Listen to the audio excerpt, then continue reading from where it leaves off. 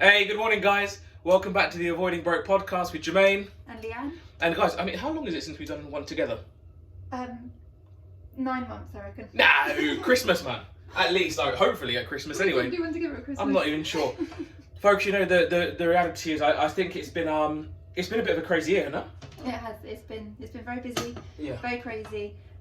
But we want to stay committed, so that's why we're trying to do things separately and make sure that we speak to you every week. Yeah, I mean, look, commitment always. I just think the key reason that we've maybe not managed to be on together quite as much it's really been a lot that we've been trying to do. I think we've covered videos where we're looking a lot at what we're doing on the house. Yes. You know, that's been really important for us because that's a really important move, which is about building for our family as well as building for our financial future. You know, so that's been a huge project. Of course, we've got Theo, and he's had a few different big changes as well. So we've had to, be able to kind of support that and kind of enjoy those moments. That all come with him getting older. Yeah, work, other investments. It's a whole heap of things, right? So many things. All avoiding broke style anyway. Yeah, and we like to share it with you guys. 100%. But what we were just going to what we were just thinking about, and just a convo that we were just having, really, is about I guess this cost of living. But it kind of got us thinking. Should we just try and quickly do just share some of our thoughts about the economy? Kind of very similar to the economic update that we were doing previously. Just go and grab me the tea towel over there, please. Yeah. Thank you. You'll see that this is a Sunday morning. I'm in the kitchen. I usually cook quite a bit. Thank you. I usually cook quite a bit. And and so today we're going to have mum baking with Theo. I'm here cooking breakfast for us all, and we're just talking about the economy. Pretty standard. Standard Graveney morning. Pretty standard Graveney morning, really. So if you can hear the sizzles, you'll know it's start cooking up a storm. So economics, right? So we're thinking economic update. Because the last economic update was it Q3 2021 maybe? Yeah, I think so. That sounds about right. And of course, look, a lot has changed since then. You know, we have somehow got to this really strange position globally where now finally a lot of people are talking about standard of living crisis. Yes, the cost of living is just increasing massively. Yeah. And I think that's really the big thing at the minute, isn't it? That we're all feeling.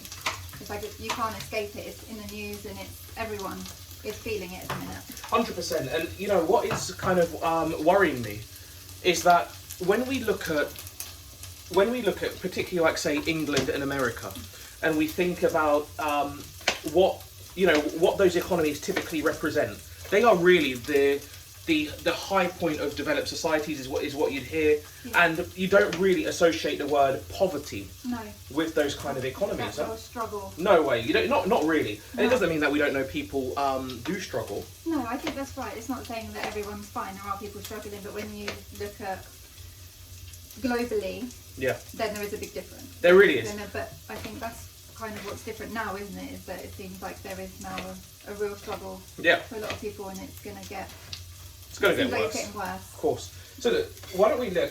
Here's a suggestion, all right? You're an economist, and you're much smarter than me at these things. So, I mean, why don't you just maybe just kick us off then, get us thinking about some of the differences that you see, the economy, I guess almost now, the signals you see now versus previously. I think what I think is a big thing for me now that I think is different is that whereas before we're no strangers to prices going up for things. You know, you get increases in your car insurance premiums and the tax on that goes up and things like that. But I think what we're seeing different now is that it's across the board and it's things that you can't really substitute away from. Yeah. So you have things like, you know, if your car insurance goes up, you can substitute and go and take the bus, or you can get a bike, or things like that. Cost of petrol goes up, you ride your bike rather than take your car or you walk. Whereas now, because it's on things like food is becoming so more expensive, you can't substitute away from food. Yeah. You can make changes, but ultimately the price of everything is going up, and we're all really feeling it. Energy, I think that is the key one, which you can't really escape at the minute from the news. It's everywhere.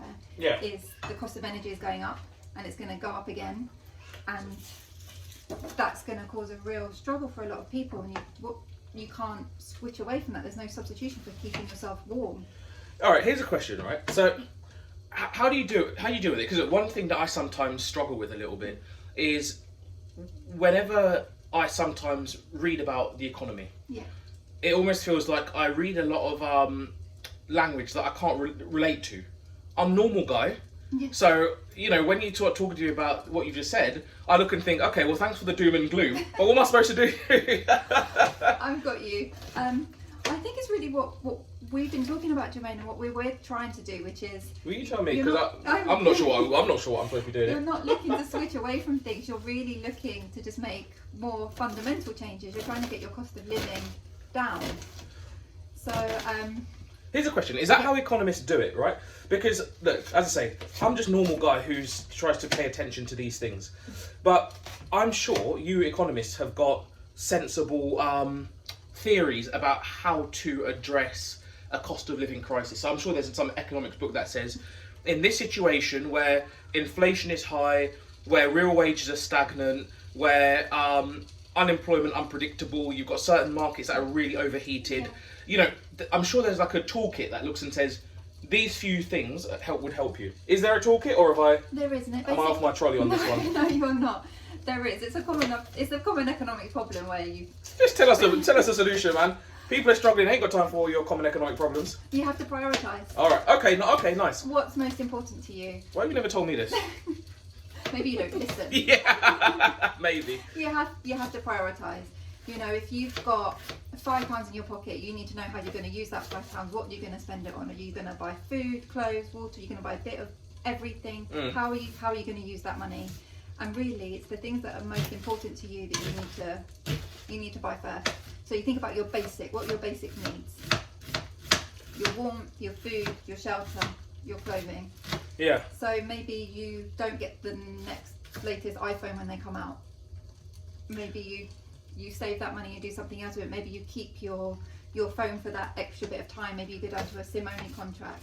It's just one example, but it's just those changes you need to prioritise. You know, so I think, right, my hunch on this is that what we're seeing is going to hit us in a far more fundamental way on our everyday purchases. So, you know, when you talk about, say, like buying a new iPhone. Yeah. So your phone purchase is typically, look, no point asking me. I keep my phone for about 6-7 years, probably longer. But like phone purchase, typically, I think for like a 2 to 3 year decision for most people, right? Because they get their contract for 2 to 3 years. Hello, Mister. They get their contract for 2 to 3 years. Versus, say, something like gas, electric. Hang on, we're on a podcast, mate. Mommy. Well, there you go, folks. Good morning. That's the real world challenges. Right, Mister, go through. It's on your desk. Go on. Okay. All right. Look. Well, there you go. Mummy may be dipping out, but Daddy's. But I'm still here for a bit.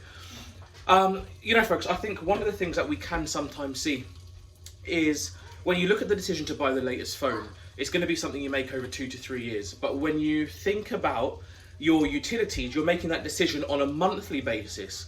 When you think about your food shopping, you're making that decision on a weekly basis.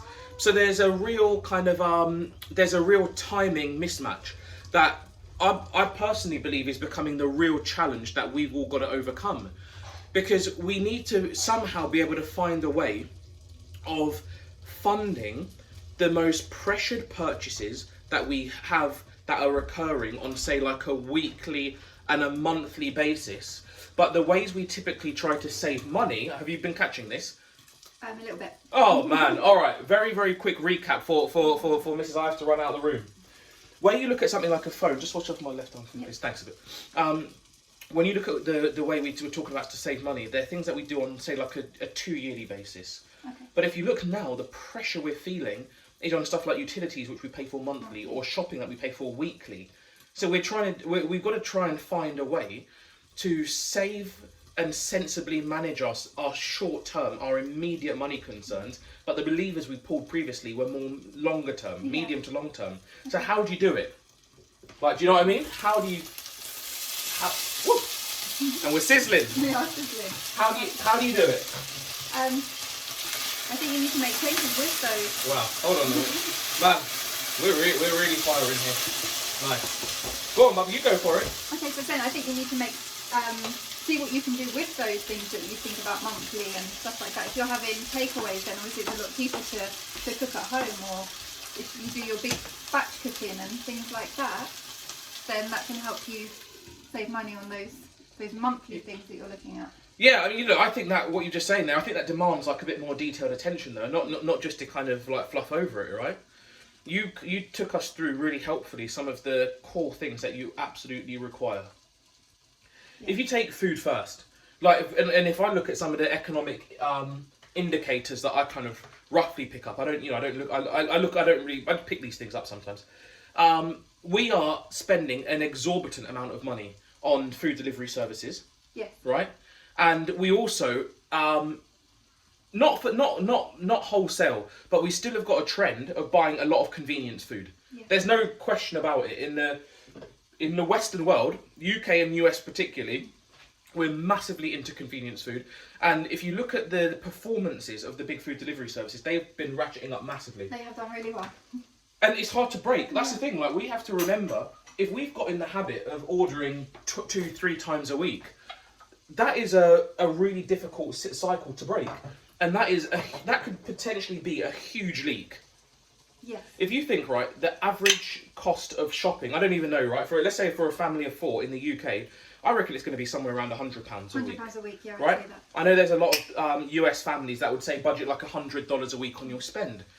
If you're spending, and that's for the whole week, covering all meals, and also it would be household items as well. Yeah. If you're spending half that budget on eating out twice, maybe even once, that's a huge drain on your resources. Over the course of a month, you're potentially spending 4 months worth. In the course of a month, your discretionary eating out is potentially eating up 1 or 2 months worth of your actual large family food shop. That's a massive mismatch. Yeah. Does that make sense? Yeah, no, it really, really does make sense. Right? That's why I think and it can even be, we're talking about food takeaway, but even if you don't have takeaways and you do your supermarket shopping and you do cook, Yeah. there's things like, I'm just thinking about the convenience that you spoke about, and you see that you check the price of, say, a bag of carrots and a small bag of chopped up carrots. There's a difference there. Good point. So you buy your already chopped and pre-packed and kind of ready to go food. Yeah. That's going to be more expensive than if you buy your bag of carrots and your bag of potatoes and your bag of things, but it's going to last you longer as well. Yeah, you were saying something to me before about substitute goods, and you were saying something, I can't remember exactly. What was it you were saying to me? Oh, I was saying that I think what's different now is that where you could substitute to something else, like petrol goes up, you can walk or ride your bike. Now, whether it's food, yeah. you can't substitute away from food. You can make changes within that. Yeah, and interestingly, I mean, you talk about if petrol goes up, you can walk or ride your bike. The reality is, in many instances, that's actually not a reasonable substitution at all. Like, as in, you can't actually make that substitution. Yeah, it's not going to work for everyone. No, but I think it's a really important point, because it does mean, like, it does mean that you actually, some of these costs, you have to actually suck them up, and that's really important, because when we're looking at how to run our economy, some things we actually have to unfortunately accept, no matter how high they're ratcheting. And when you're doing that, then you force yourself to actually also then having to make trade-offs in other areas.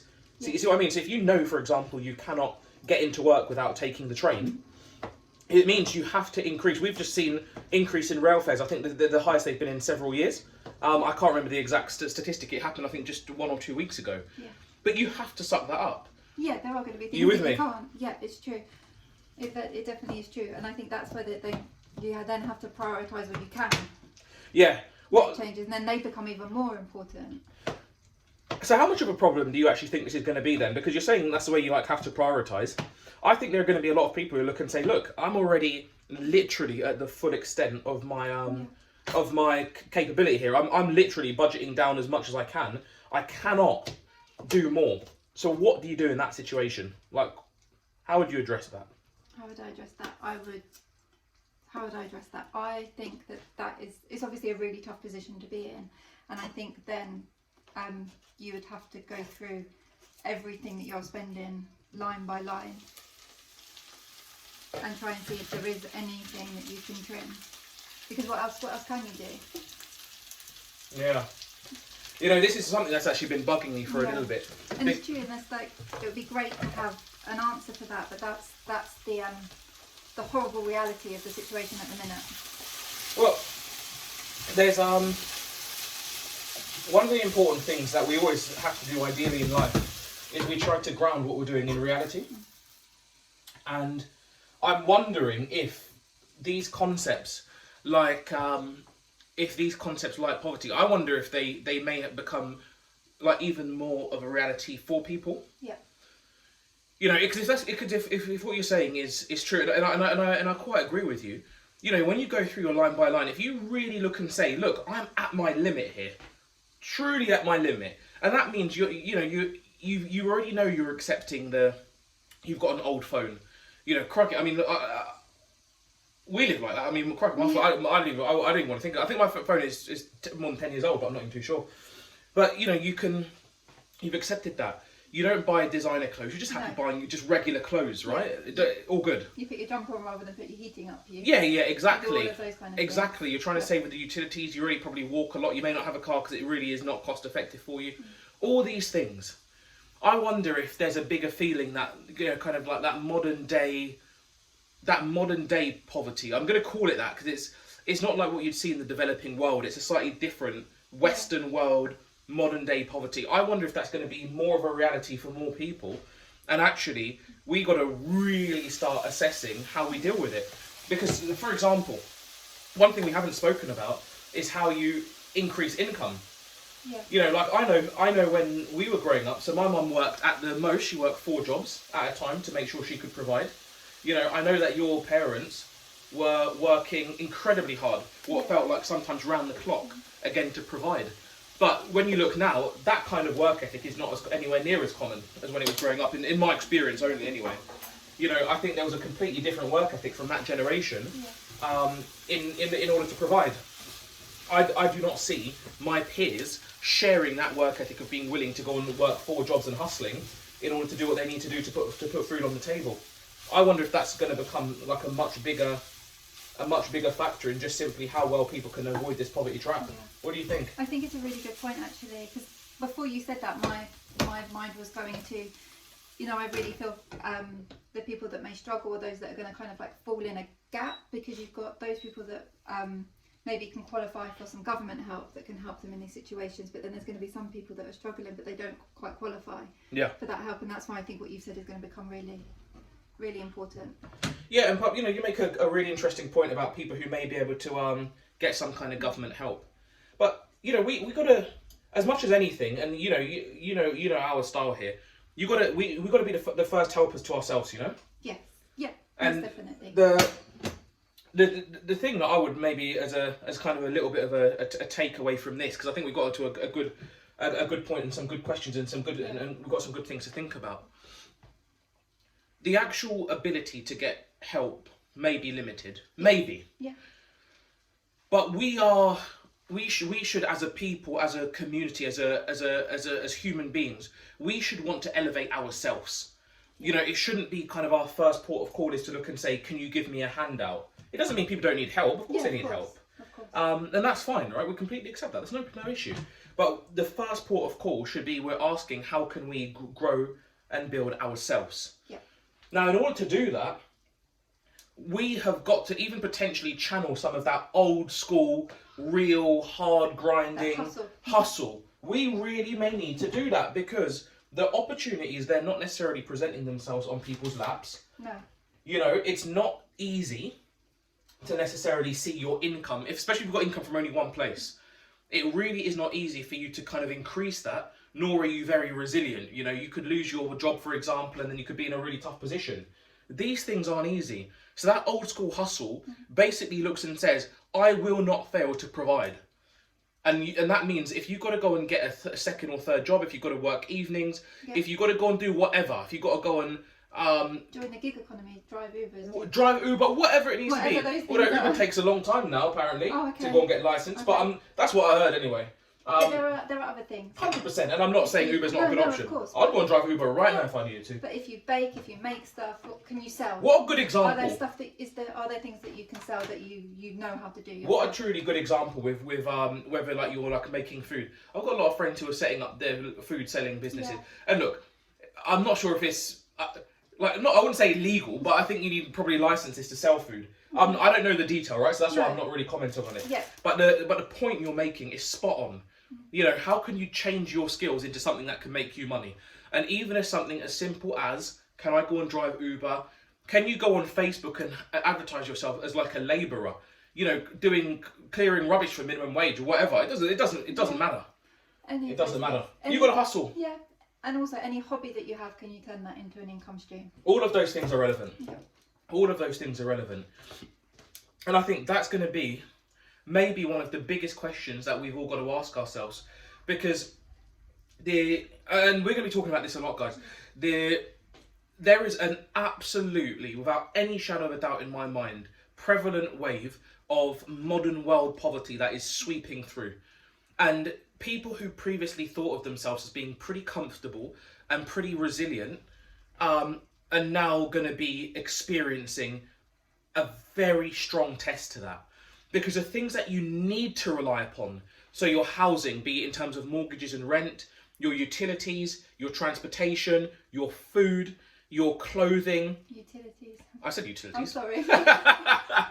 The things that you rely upon, those are all, without any shadow of a doubt, experiencing massive price increase, inflation. Yeah. No doubt. Across the board. No doubt. Everything. 100%, everything. And we're talking about numbers in excess of 10%. Yeah. That's massive, right?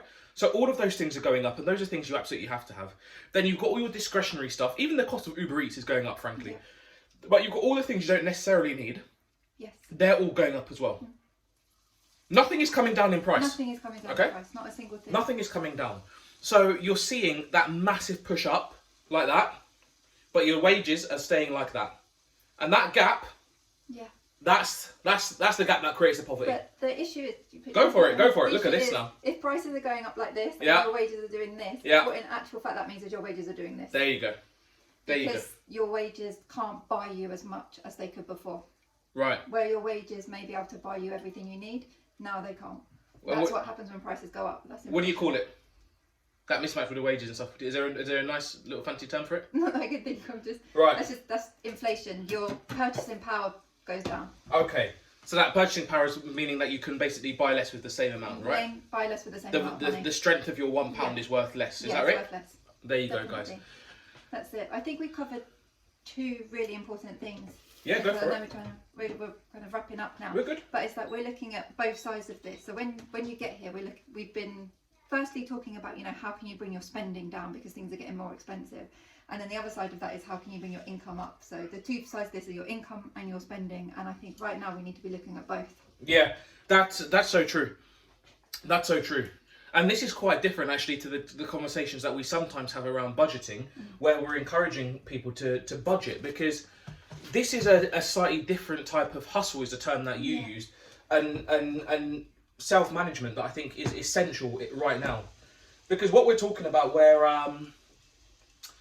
you've got that lower purchasing power, where we're saying kind of income is doing this and wages are kind of in real terms doing this, going down, that is fundamental to how people live. Yeah. Like that's the stuff that it doesn't matter what you want to read in papers or watch on YouTube or whatever. It doesn't matter what, that is hitting people. And it's a very small percentage of people that can weather that, who can get through that without feeling impacted. It's a really small percent of people. Yes. Now, guys, we're going to just share as much as we can. We encourage you just to fire and ask us questions. We'll do our best. Always. We actively think about how we can work through this, and we plan and manage ourselves quite a lot on these things.